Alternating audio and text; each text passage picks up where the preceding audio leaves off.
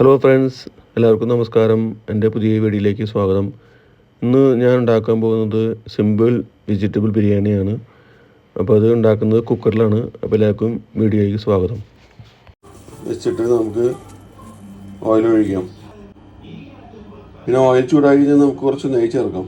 നല്ല മരുമയാണ് നാട്ടിൽ നിന്ന് കൊണ്ടുപോകുന്നത്. ചൂടായി നമുക്ക് കുറച്ച് അണ്ടിപ്പരിപ്പ് ഇട്ട് കൊടുക്കാം.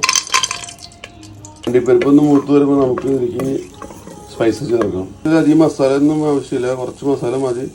ആദ്യമായിട്ട് സ്പൈസസ് ഇടാം. അതിൽ നമുക്ക് വേണ്ട ബേ ലീഫ് ചൂടായി വരുമ്പോൾ നമുക്ക് ഈ സ്പൈസസ് ചേർക്കാം. ഇതിലിപ്പോൾ നമുക്ക് അറിയാൻ പറ്റും ചെറിയ ജീരകം, പട്ട, കരയാമ്പ്, തക്കോലം.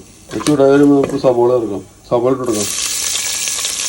സവോള നന്നായിട്ടൊന്ന് ബ്രൗൺ ആയിട്ട് എടുക്കാം. ചൂടായി വരുമ്പോൾ നമുക്ക് ജിഞ്ചർ ഗാർലിക് മിക്സ് ചെയ്ത് നന്നായിട്ട് ഇളക്കി കൊടുക്കാം. നമുക്ക് മുളക് കൊടുക്കാം.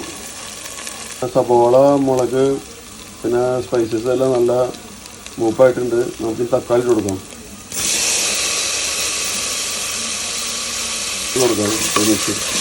ഇതിന് ശേഷം ഉപ്പിട്ട് കൊടുക്കാം നമുക്ക് ആവശ്യത്തിന്. നന്നായിട്ട് വാടി തക്കാളിക്ക് വേണ്ടി വാടി നമുക്ക് ഇതിലേക്ക് മല്ലിയില പുതിയത് കൊടുക്കാം. മല്ലിയില നമുക്ക് കൊടുക്കാം. നമ്മുടെ ബിരിയാണി മാതിരി തന്നെയാണ്, പക്ഷേ ഞങ്ങൾക്ക് നോമ്പായത് കൊണ്ട് ഞങ്ങൾ വെജിറ്റബിൾ ബിരിയാണി ഉണ്ടാക്കി വന്നത്.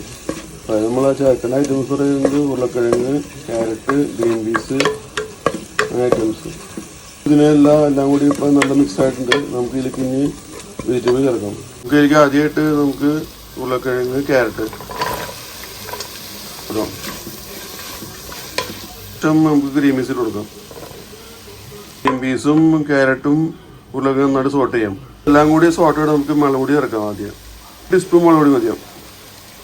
സുഹൃത്തുക്കളെ, മുളക് പൊടിക്ക് ശേഷം പിന്നെ കുറച്ച് മല്ലിപ്പൊടി, കുറച്ച് മഞ്ഞൾപ്പൊടി, അത് വീഡിയോ മിസ്സായി പോയി, അതിൽ ആഡ് ചെയ്യണം. അതും കൂടി ഓർമ്മപ്പെടുത്തുന്നു. അരിയുടെ വെള്ളം നിങ്ങൾക്ക് പാകത്തിന് ഒഴിക്കാം.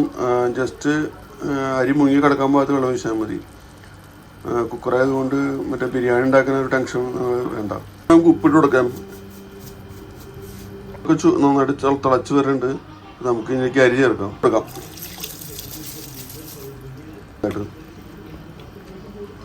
അത് കഴിഞ്ഞിട്ട് 2 വിസിൽ കേൾപ്പിച്ചിട്ട് നമുക്ക് ബിരിയാണി പാകമാക്കി എടുക്കാം. അരി ഇട്ട് കഴിഞ്ഞപ്പോൾ വെള്ളമൊക്കെ തിളച്ച് നന്നായിട്ട് വരുമ്പോൾ നമുക്കിത് കുക്കർ അടച്ചു വെച്ചിട്ട് നമുക്ക് 2 വിസിൽ കേൾപ്പിച്ച് നമുക്ക് വേവിച്ചെടുക്കാം. കുക്കർ അടച്ചു വെച്ചിട്ടുണ്ട്. നമുക്ക് ഇനി 2 വിസിൽ വരെ നമുക്ക് വെയിറ്റ് ചെയ്യാം.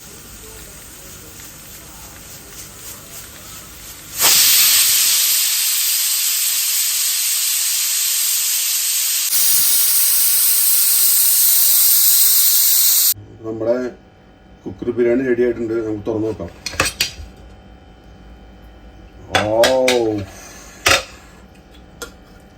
ഇളക്കി വരുന്നു. സെറ്റായിട്ടുണ്ട്.